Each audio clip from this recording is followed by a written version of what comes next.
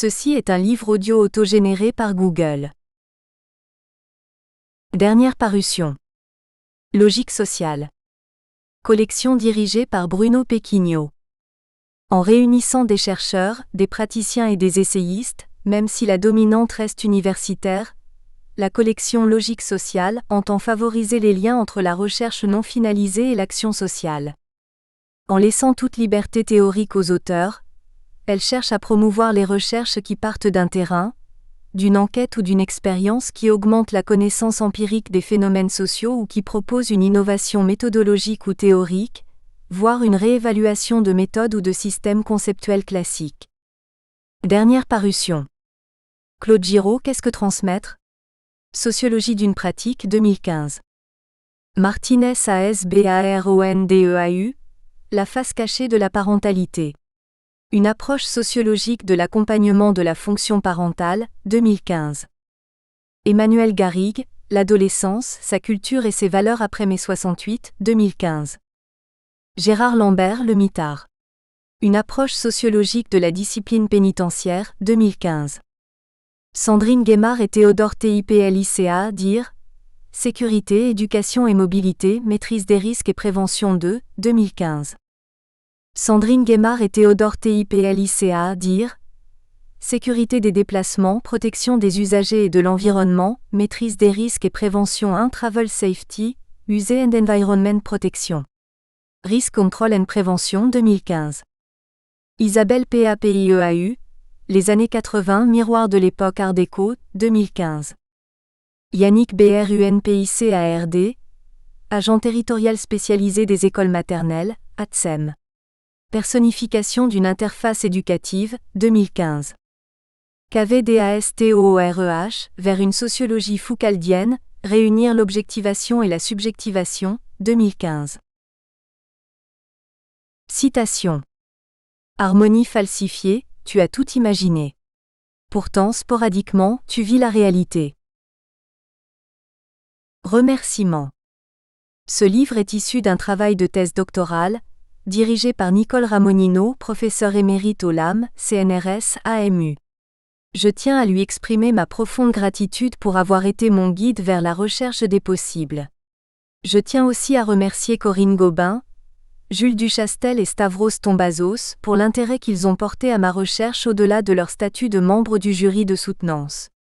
Mes remerciements vont également à Vera, Joël et Kipro, qui m'ont aidé à accéder à un terrain d'enquête pas toujours très ouvert. Je remercie aussi Nikos Trimikliotis, Iris Lofayer et Célia Poulet pour leurs conseils éclairants et pour la relecture de ce travail. J'aimerais remercier mes parents et ma sœur pour leurs encouragements, tout au long de la réalisation de ce travail. Enfin, je remercie Sofia Stavrou. Ce travail ne serait pas possible sans son aide précieuse et son soutien infini. Introduction. L'Europe se fera dans les crises et elle sera la somme des solutions apportées à ces crises. Jean Monnet, Mémoire 1976. L'intuition de Jean Monnet, mobilisée dans un contexte différent de l'actuel, relève pourtant d'une grande actualité.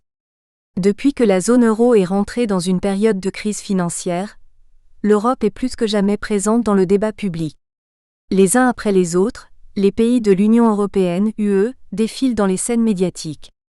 Le discours porte sur l'état de leur santé économique et sur les problèmes que celle-ci peut poser à l'avenir économique de l'UE. Les institutions européennes intensifient la fréquence de leurs réunions et c'est souvent l'urgence qui rythme leur calendrier. Les règles du jeu sont revues et repensées, une nouvelle organisation de l'UE se met en place, il faut sauver l'Europe. On peut en effet considérer la crise financière actuelle qui traverse la zone euro comme l'une de ces crises auxquelles Jean Monnet se réfère. Pendant ces moments de crise, on peut dire que l'Europe se défait, s'effondre. Mais on peut aussi considérer au contraire que pendant ces moments de crise, l'Europe se fait. C'est au cours de ces moments que l'Europe donne à voir le plus explicitement ses discours et par là sa consistance, ses raisons d'être. L'Europe en déclin semble plus que jamais en marche. En marche, vers où ? Cette Europe avancerait-elle de plus en plus vers une démarche gestionnaire de résolution des problèmes économiques ? Si l'on prend en compte la constitution d'un mécanisme de stabilisation financière, qui consiste à apporter des solutions à la gestion de la crise notamment pour les pays de l'Union européenne les plus touchés, la réponse serait positive. Ce sont en effet des arguments de gestion essentiellement économiques qui sont mobilisés comme solution à la crise, accompagnés par une rhétorique technocratique qui réduit les possibilités du débat par l'instauration de dilemmes du type « à prendre ou à laisser », « rester ou sortir de l'UE ». Nous pourrions également inverser cette perspective, penser les nouvelles possibilités à partir des contraintes. La crise a mis l'Europe au centre des débats. Elle a permis de mettre en avant la question du vivre ensemble en Europe. Même de ce point de vue, l'Europe demeure plurielle, contradictoire aussi. Les uns réclament plus d'Europe, les autres une autre Europe. Elle demeure alors dans une mésentente rancière 1995, c'est-à-dire une situation de coexistence de voix plurielles, différentes, voire conflictuelles quant à la définition du sens de l'Europe. Une telle situation révélerait alors plutôt l'émergence d'une essence politique de l'Europe. Le défi qu'entreprend cet ouvrage est de réintroduire dans le débat la question de la réalisation d'une Europe politique, à la fois comme enjeu social et comme enjeu scientifique. Il propose d'interroger les conditions d'émergence et de réalisation du politique européen. Comment les enjeux du politique se déplacent-ils de l'échelle nationale à une échelle transnationale et vice-versa ? Comment la communication et l'action politique se construisent-elles au sein d'un territoire unifié, dans lequel les habitants sont censés trouver place et se reconnaître comme appartenant à un même ensemble ? La plupart des travaux en sciences sociales et politiques qui portent sur la dimension politique de l'Union européenne se focalisent sur les effets de la construction européenne et des politiques de l'Union sur les États membres. Cette approche appréhende le plus souvent l'UE comme une institution interétatique gérée par la bureaucratie bruxelloise et qui consiste à transférer des politiques à ses États membres. Le concept de l'européanisation encadre cette perspective d'analyse.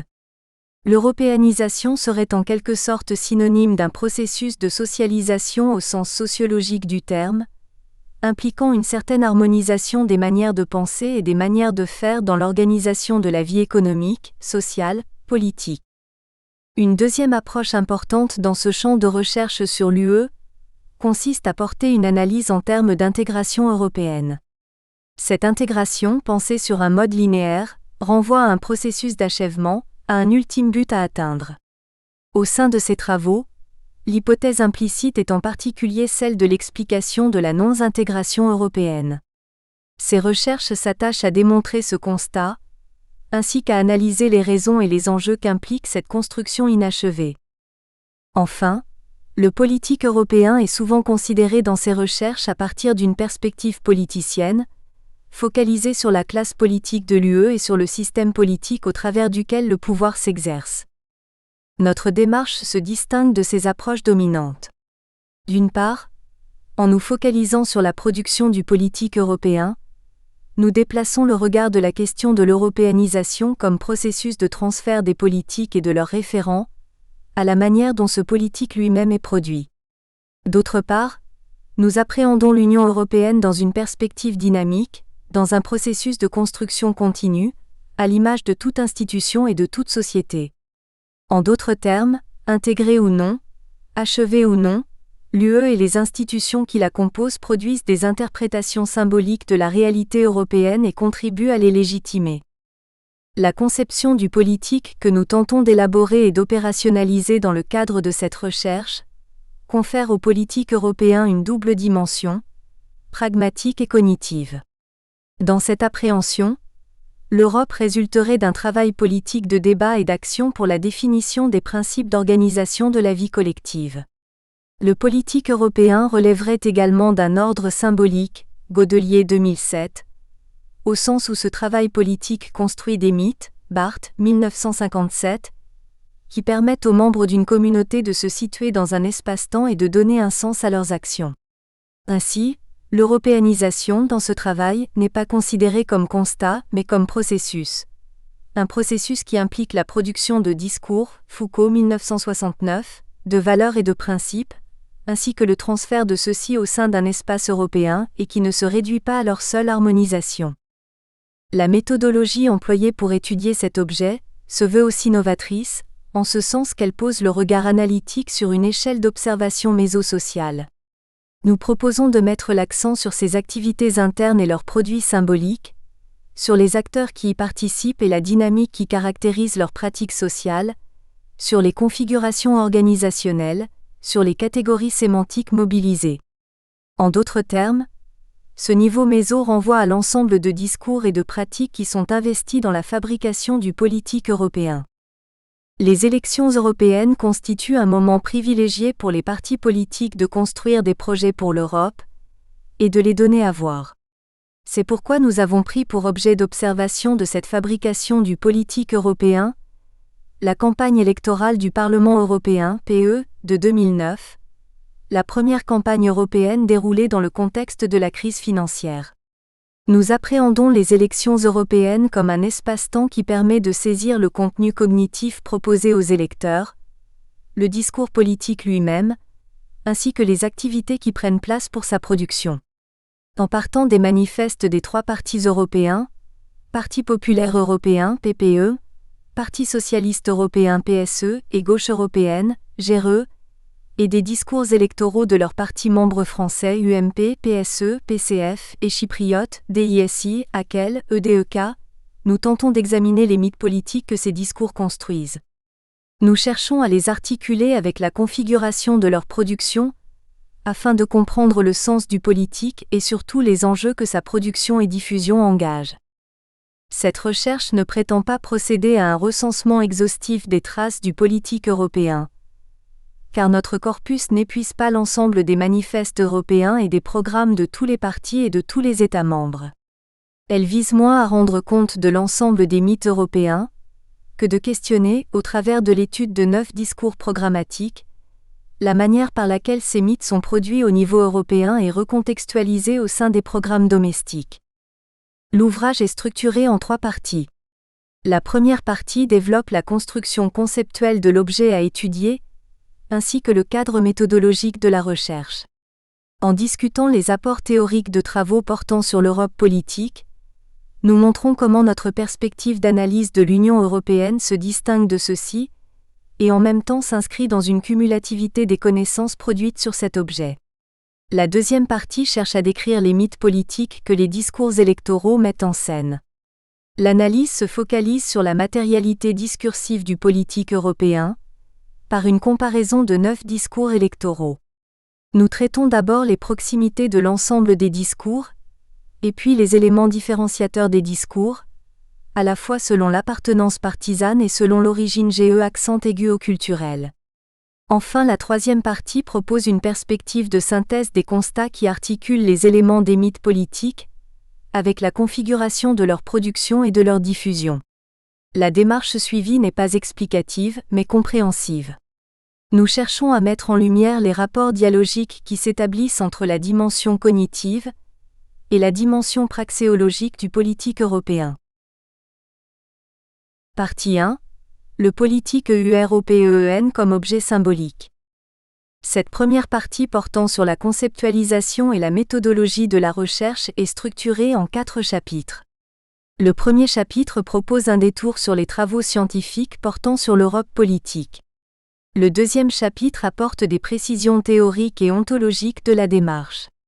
En proposant une articulation des concepts de la mésentente de Jacques Rancière, du travail politique d'Albert Augien et du symbolique de Maurice Godelier, nous présentons notre appréhension du politique.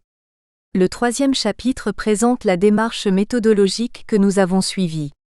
Il propose une discussion sur le choix du terrain de l'enquête, une explication des techniques de recueil des données empiriques, ainsi que les méthodes mobilisées pour leur analyse. Enfin, le quatrième chapitre décrit de manière analytique les agents humains et non humains qui participent au processus de production des discours pour les élections du Parlement européen de 2009. Chapitre 1. De l'intégration à la construction européenne, comme processus continu. Jusqu'aux années 90, la majorité de travaux consacrés à l'Union européenne a adopté une perspective top-down, centrée sur la dimension macrosociale des institutions européennes. Ces travaux ont été amenés le plus souvent à interpréter l'UE comme une institution supranationale, géré de manière technocratique et ayant pour objectif de diffuser des politiques à ses États membres, notamment Herman et Hager, 1980, Serra, 1989, Gerbet, 1999. Il s'agissait de mettre en avant l'idée de l'émergence d'une politique européenne, et par là d'analyser la structuration des institutions communautaires, notamment la Commission et le Parlement européen, ainsi que les processus décisionnels pour l'élaboration de ces politiques publiques européennes. Cette manière d'observer l'UE a conduit à mettre l'accent sur le type du régime politique européen, sur l'état de la démocratie en Europe, ou encore sur les rapports de force entre institutions européennes. Ces recherches sont en ce sens restées centrées sur les enjeux de l'espace strasbourgo-bruxellois, comme si l'Europe n'existait pas au-delà des bâtiments qui hébergent ces acteurs institutionnels. Les recherches plus récentes ont tenté d'étendre cet espace d'observation et par là l'objet Europe lui-même. En y apportant des problématiques issues de traditions disciplinaires différentes, elles contribuent à enrichir le débat européen. On voit en effet émerger, à côté des courants institutionnalistes, des approches sociologiques, voire ethnographiques, qui portent un regard particulier sur les acteurs mêmes des institutions européennes. Pour Didier Georgakakis, la sociologie de l'acteur a contribué à enrichir l'appréhension scientifique de l'intégration communautaire, Georgakakis, 2002. Le fait que des disciplines comme l'anthropologie et la sociologie aient commencé à s'intéresser à la question européenne, a permis de réintroduire l'acteur dans la construction européenne, ouvrant des perspectives nouvelles comme par exemple l'analyse de l'institutionnalisation des rôles européens et l'émergence de professions européennes. En d'autres termes, il s'opère un changement de point de vue quant à la manière d'observer l'UE, qui consiste à mettre davantage l'accent sur l'intérieur des institutions et même sur les acteurs européens, que sur la dimension macrosociale de la structuration de l'UE.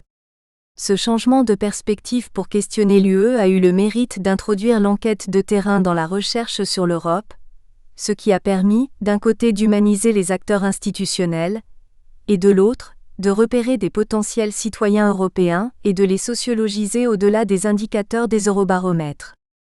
La question de l'identité devient alors un enjeu central pour les études européennes, Bello et Smith, 1998. Elle invite à questionner les normes communautaires par le bas, c'est-à-dire telles qu'elles sont impliquées dans l'animation des activités des acteurs institutionnels et intériorisées par les citoyens européens, dans l'objectif de saisir la chair sociale du processus d'intégration, Smith, 2001. La multiplication des espaces-temps de la construction européenne. L'intégration européenne, ainsi dotée d'une dimension plurielle et dynamique dans sa réalisation, a retrouvé une part souvent ignorée de sa complexité analytique, les ambiguïtés, les conflits d'interprétation des normes européennes, les résistances liées aux spécificités des contextes nationaux et aux statuts sociaux diversifiés.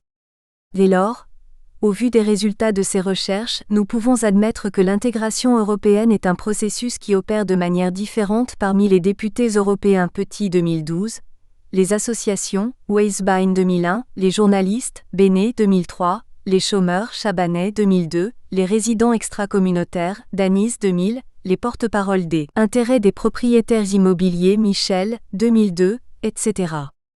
L'intégration européenne se déploie alors sur diverses arènes et se trouve éclatée dans son appréhension empirique. Ces travaux ont contribué à introduire dans les études européennes un concept issu de la sociologie classique, pour accompagner le concept de l'intégration européenne, à savoir celui de légitimation.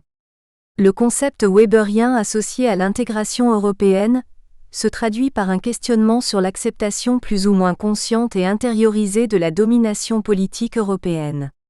L'approche privilégiée ici tente d'articuler les enjeux observés à des niveaux divers, entre enjeux issus des contextes politiques nationaux et ceux issus du noyau de l'UE. Le questionnement général qui anime ces problématiques est d'observer et analyser comment les formes politiques produites par les institutions européennes s'articulent avec les caractéristiques des espaces nationaux des États membres. On voit par exemple émerger un ensemble de travaux qui portent sur la construction d'un espace d'enseignement européen, Stamelos et Vassilopoulos, 2004, Charlier, 2009, sur la traduction des projets européens dans les manuels scolaires, Bayens, 2000, sur les procédures de la légitimation de l'intégration auprès des jeunes citoyens, Bello, 2000, sur la prise en compte de L'. Enjeux européens par les partis politiques domestiques, Belot et Cotret, 2004, Kritzinger et Michalowicz, 2005. Les institutions européennes sont perçues comme un facteur extérieur qui cherche à modifier les normes qui animent les manières de faire locales, nationales ou régionales, situées à l'intérieur de l'espace politique européen. L'Europe semble en effet se jouer aussi au niveau local. Il s'agit ici des travaux généralement consacrés aux modifications qu'entraîne la construction européenne sur le système politique local, sur ses ressources et sur sa configuration d'acteurs. Ils mettent en évidence l'émergence d'une nouvelle gouvernance territoriale dans les pays européens, Pasquier, 2002, l'émergence d'une expertise locale, Guérin-Lavignotte, 2002, la réception régionale des campagnes gouvernementales ou communautaires d'information sur l'Europe, Weisbein 1998, Carrara 2000, etc. En d'autres termes, il ne s'agit plus seulement d'analyser comment les politiques publiques européennes sont décidées au niveau des institutions européennes, mais d'observer surtout comment elles sont reçues et retraduites concrètement par le bas, Pasquier 2003. Le plus souvent, les conclusions de ces recherches consistent à souligner le caractère inachevé et incomplet de la légitimation de l'intégration européenne. Or, l'éclatement de l'Union européenne dans une pluralité d'espaces, de contextes et d'acteurs a favorisé également l'émergence d'un postulat selon lequel l'Europe se construit dans l'interdépendance avec d'autres espaces politiques, qu'ils soient nationaux ou régionaux. Les politiques européennes n'existent pas par elles-mêmes, elles n'émergent pas ex nihilo. Elles se construisent et se définissent par l'interaction constante entre la dimension communautaire et la dimension nationale, par l'interférence des normes, des intérêts et des acteurs que ces deux dimensions font intervenir, Pasquier et Weisbein 2004. Co-construction et interaction entre Top et Daon. Le schéma communicationnel, et la conception qui s'ensuit d'un processus d'européanisation linéaire, se voit dépassé par une vision co-constructiviste de l'Europe. Autrement dit, le niveau local, c'est-à-dire les États membres, ne sont plus réduits au seul statut de récepteurs des politiques européennes. Ils sont également appréhendés comme des acteurs à part entière, ayant un rôle à jouer sur l'avenir de la construction européenne. Ainsi, ils mettent en scène des relations, des rapports et des liens nouveaux entre, d'une part, les acteurs locaux, administrations et espaces nationaux et d'autre part, les institutions et modes d'organisation européennes.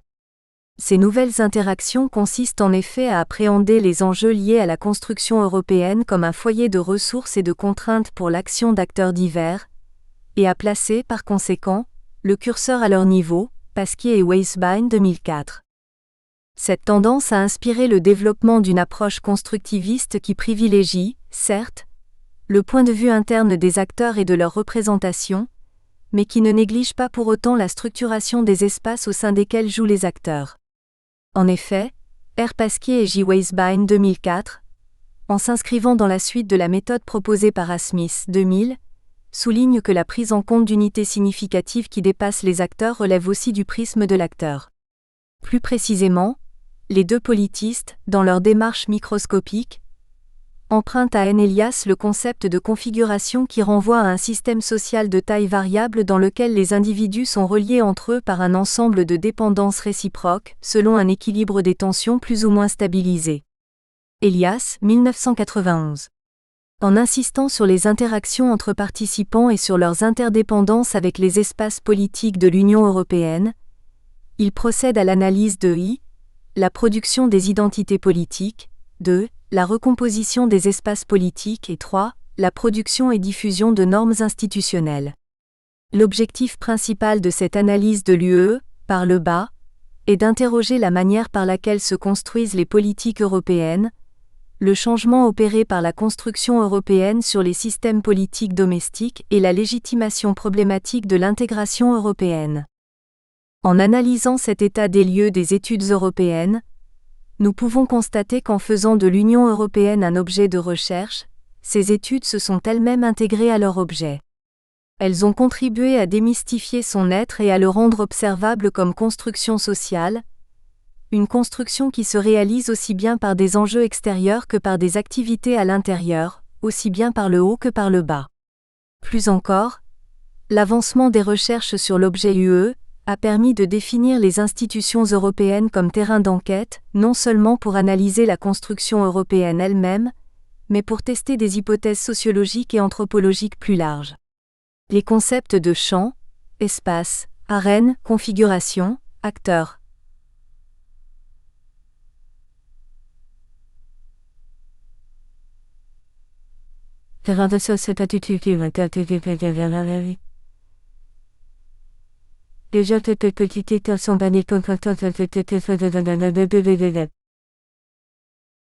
L'Europe inachevée comme constat de départ. La critique qui peut être adressée à ces recherches est d'aborder l'enjeu politique européen, en le maintenant dans la conception de l'intégration européenne, laquelle peut se révéler étroite. Cette notion politicienne, transformée en concept par les politistes, est dominante dans la littérature française et internationale des travaux européens, depuis qu'un tel champ scientifique a fait son apparition. Or, le concept anglais de European Integration n'a pas tout à fait la même signification qu'en français. Elle renvoie davantage à l'idée de l'achèvement de l'Europe ou d'une Europe intégrale, voire à un processus d'accomplissement de l'Europe. C'est pour cette raison que dans la littérature scientifique française, le concept d'intégration européenne est souvent remplacé ou utilisé alternativement avec celui de construction européenne, reflétant mieux le sens qui lui est attribué au niveau international. Au-delà du sens profane de l'intégration européenne, nous pouvons également nous interroger sur l'opérationnalité de ce concept vaste qui, paradoxalement, opère plus comme une clôture que comme un élargissement de la réflexion sur l'UE. En effet, l'intégration européenne implique que l'UE se soit fixé un objectif final, un but ultime. Dans ce cas, il deviendrait légitime que ces institutions, les acteurs qui participent et les politiques qui en résultent soient jugés sous l'angle de leur efficacité pour arriver à ce but. Or, a-t-on vraiment fixé un but ultime de l'UE ? À l'instar de Marc Abélès, la question qui nous semble appropriée à poser est la suivante. Faut-il à tout prix chercher une cohérence dans un tissu d'institutions qui ont connu un développement inégal et ont été construites dans le cadre de rapports de force et de négociations ? Abélès, 1997/33. Cette question acquiert d'autant plus de pertinence que Jacques Delors, l'un des protagonistes historiques de l'Europe politique et président de la Commission européenne pendant près d'une décennie, a qualifié l'Union européenne des objets politiques non identifiés. Devant l'absence de visions européennes communément acceptées, l'utilisation du concept d'intégration européenne ou de construction européenne aboutit souvent à des analyses qui mêlent des réflexions davantage normatives sur ce que l'Europe devrait être et qui sont propres aux chercheurs et des réflexions davantage descriptives sur ce qu'est l'Europe, qui surgissent des analyses de ses institutions et de ses acteurs, Giraudon 2000. En effet, beaucoup de travaux interprètent leurs observations analytiques sur les institutions européennes comme des signes d'une union non véritable et inachevée, Beauvalet, Michon 2010. Certaines interprétations vont jusqu'à défendre des modèles spécifiques, tels que le modèle fédéral, comme possibilité de réalisation d'une Europe achevée, Cassaille 2004. En d'autres termes, un tel programme de recherche qui consiste à identifier l'UE comme construction d'un système politique est souvent d'ordre normatif. Nous souhaitons inverser cette perspective. Il s'agit en ce sens d'accepter l'idée suivant laquelle c'est justement parce que l'UE n'a pas d'avenir prédéfini, stable et consensuel, qu'elle est politique. Il existe une pluralité des visions de l'Europe comme les discours partisans en témoignent. Ces visions sont inscrites dans des relations conflictuelles et dans des rapports de force et c'est cette apparence d'OPNI, objet politique non identifié, de l'UE qui permet sa considération comme entité profondément politique. Commission, Parlement, sont chacun traversés par des clivages et des luttes internes qui en permettant des connivences interinstitutionnelles font surgir le politique, Giraudon 2000/14. L'anthropologue contemporain Marc Abélès soutient en effet que l'intérêt de l'étude de l'UE est justement le fait qu'elle demeure inachevée. L'horizon de l'intégration européenne demeure lointain et indéterminé. La communauté se vit elle-même comme un processus dynamique tendant vers un but qu'elle est encore loin d'avoir atteint. Cet inachèvement est une donnée essentielle pour qui veut comprendre le mode de fonctionnement des institutions européennes. Abéles, 1997/11. Dans sa démarche analytique portant sur la Commission européenne, M. Abéles, 1997, accorde une importance fondamentale à la question du temps. Pour l'auteur, l'Union entretient une relation complexe et ambiguë avec l'histoire. Contrairement à ce qu'il a pu observer à travers ses études sur les institutions domestiques françaises, à savoir la superposition au présent des traces réelles ou symboliques du passé, Abéles, 1989, ce qui paraît fondamental au sein des institutions européennes est la prédominance du temps présent. L'Union européenne se présente comme un chantier, un bâtiment en construction permanente, toujours inachevé. Pour l'anthropologue, cet inachèvement est un facteur essentiel pour la compréhension du fonctionnement des institutions européennes. Le symbolique européen n'est pas construit sur la base du passé, mais sur la base du futur, du virtuel. En d'autres termes, le présent est légitimé et rationalisé, non pas par sa cohérence avec le passé, mais avec les projets à venir jamais complètement réalisés, toujours en construction. L'existence d'un nouveau mode de temporalisation est mise en évidence par l'étude anthropologique des institutions européennes, Abéles, 1997. Le présent ne se construit pas par cette tension entre champ d'expérience et horizon d'attente. La temporalisation européenne consiste en une intégration du futur dans le présent, non pas comme attente, mais comme incertitude et virtualité, comme avenir ouvert, indéfini et indéterminé. En d'autres termes, l'inachèvement est un ressort constitutif de l'Europe. En nous appuyant sur ces perspectives sociologiques et anthropologiques, nous posons le politique européen comme concept fondamental de notre démarche. Nous tenterons ainsi de dépasser le questionnement autour de l'intégration européenne, en soutenant l'idée que quel que soit le degré de ce processus d'achèvement, si un tel processus existe, l'UE et ses institutions participent à produire et à matérialiser des manières d'interpréter la réalité européenne. Chapitre 2. À la recherche du politique européen.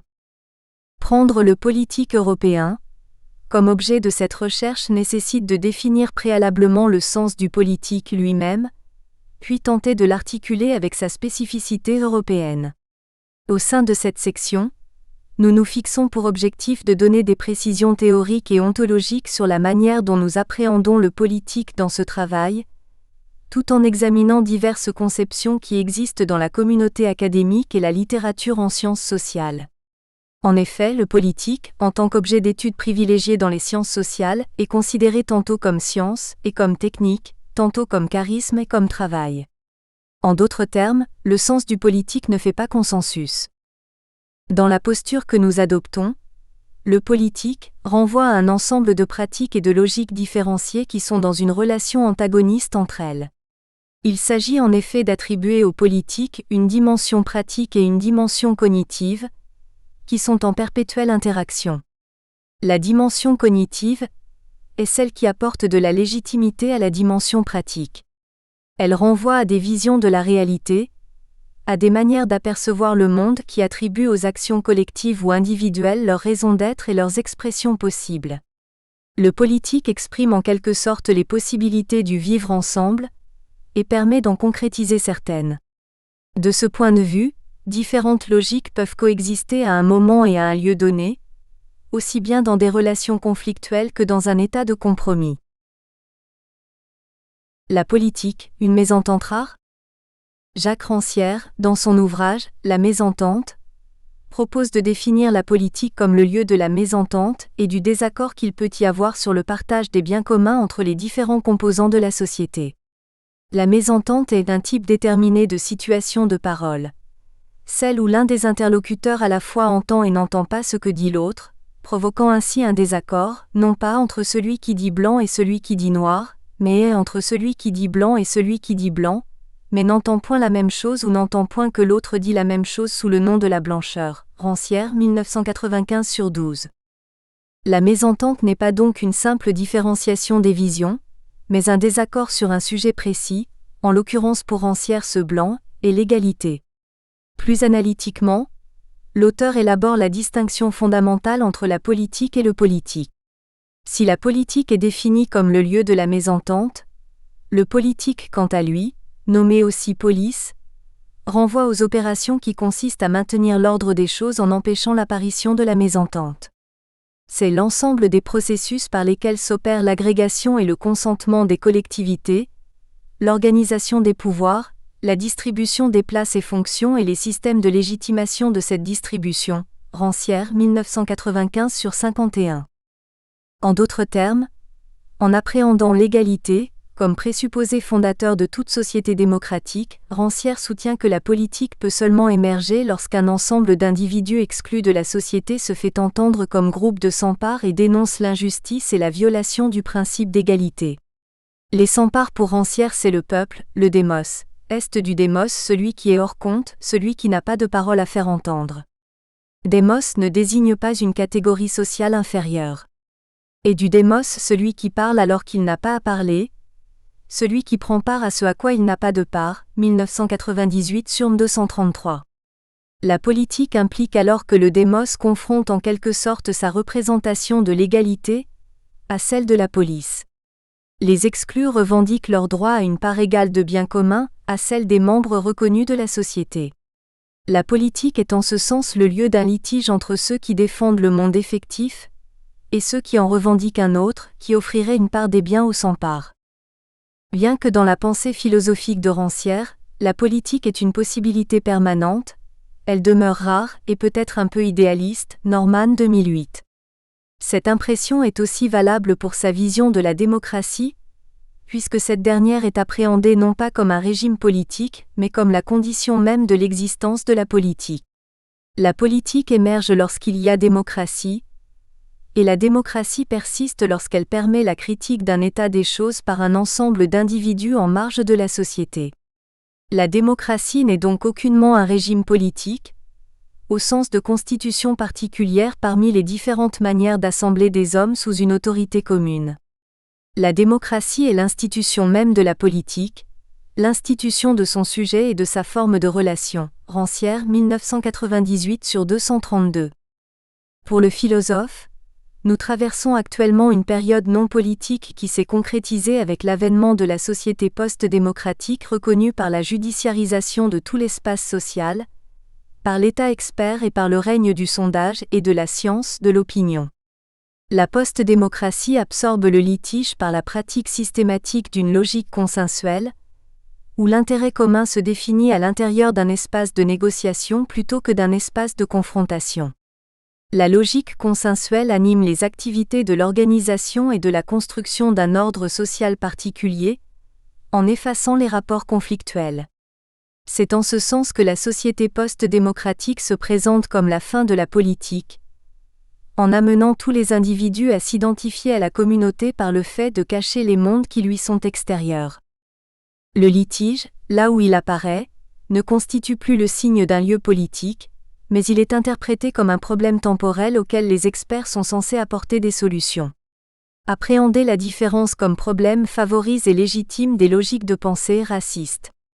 Car pour Rancière, les sans-part, les immigrés, les femmes, les homosexuels, les ouvriers, etc., existent aussi dans les sociétés post-démocratiques où la politique n'existe pas. C'est cela qui rend par ailleurs possible le retour de la politique. Néanmoins, il ne faut pas interpréter les propos de Rancière comme l'éloge d'une démocratie et d'une politique du passé, Lantier 1997. Tel que nous empruntons sa définition dans cette recherche, la politique pour Rancière n'est pas une condition idéale, mais la condition minimale et dynamique de l'organisation de la vie en société. Autrement dit, si l'auteur semble craindre la fin de la politique, pour lui, l'émergence de la politique n'est pas une fin en soi.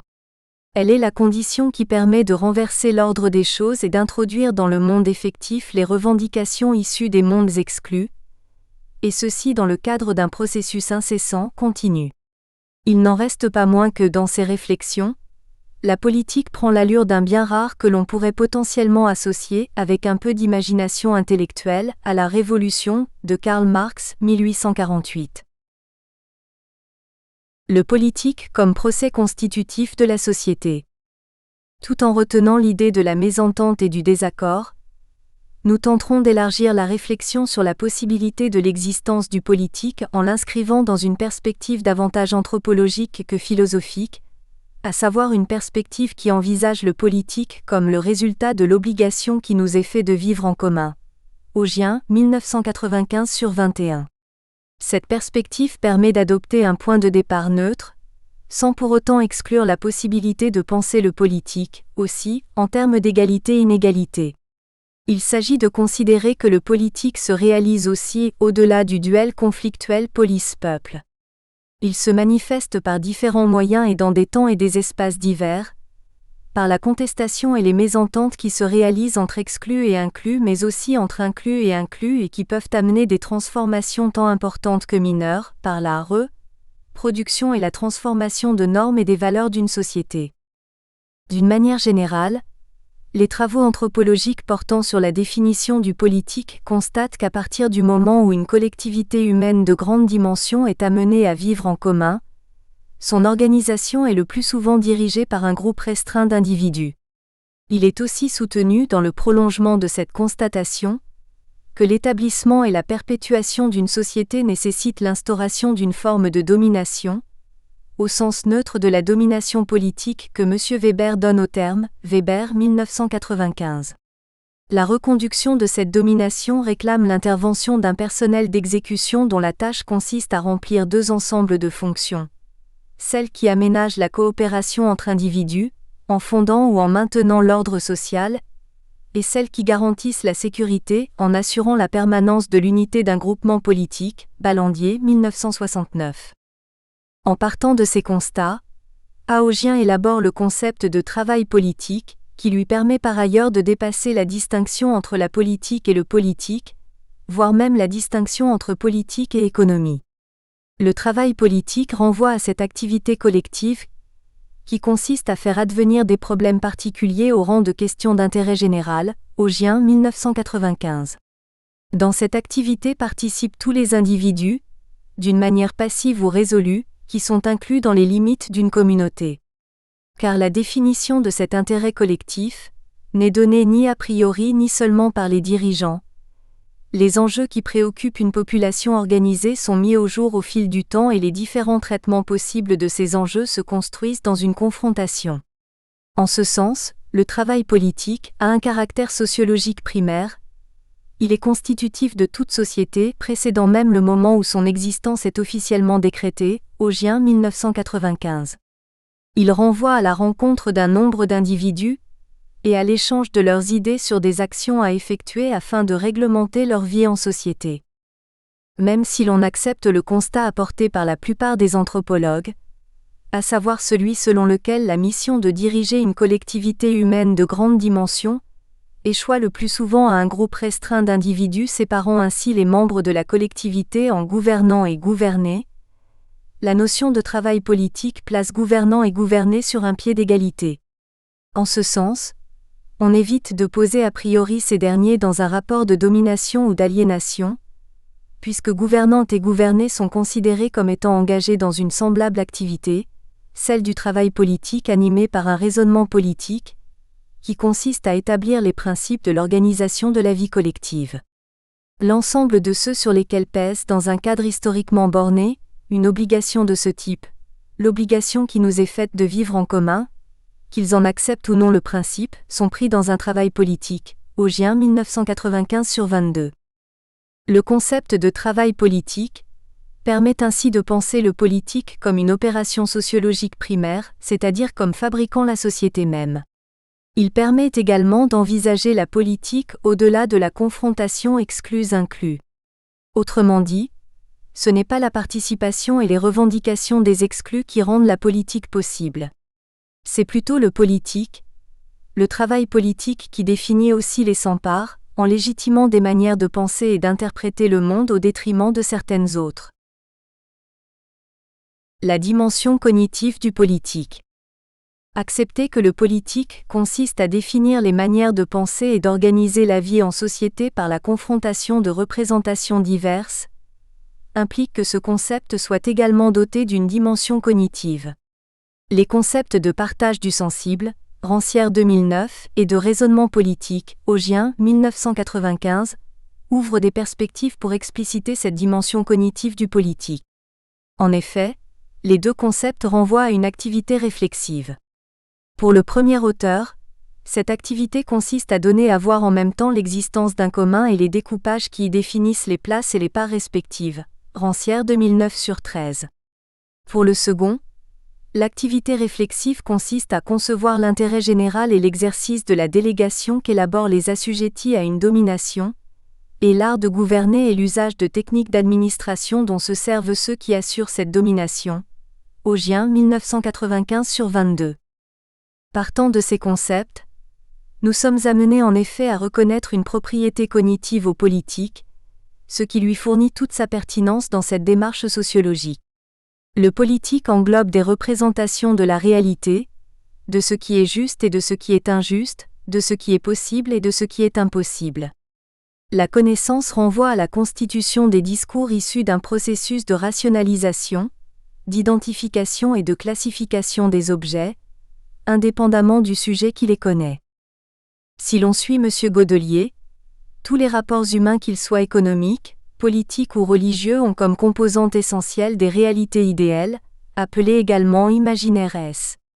Elles renvoient en quelque sorte aux manières de penser, de représenter et d'agir sur le monde. C'est l'ensemble des interprétations que l'humanité a inventées pour s'expliquer l'ordre ou le désordre qui règne dans l'univers ou dans la société, et pour en tirer des leçons quant à la manière dont les humains doivent se comporter entre eux et vis-à-vis du monde qui les entoure. Godelier 2007/38.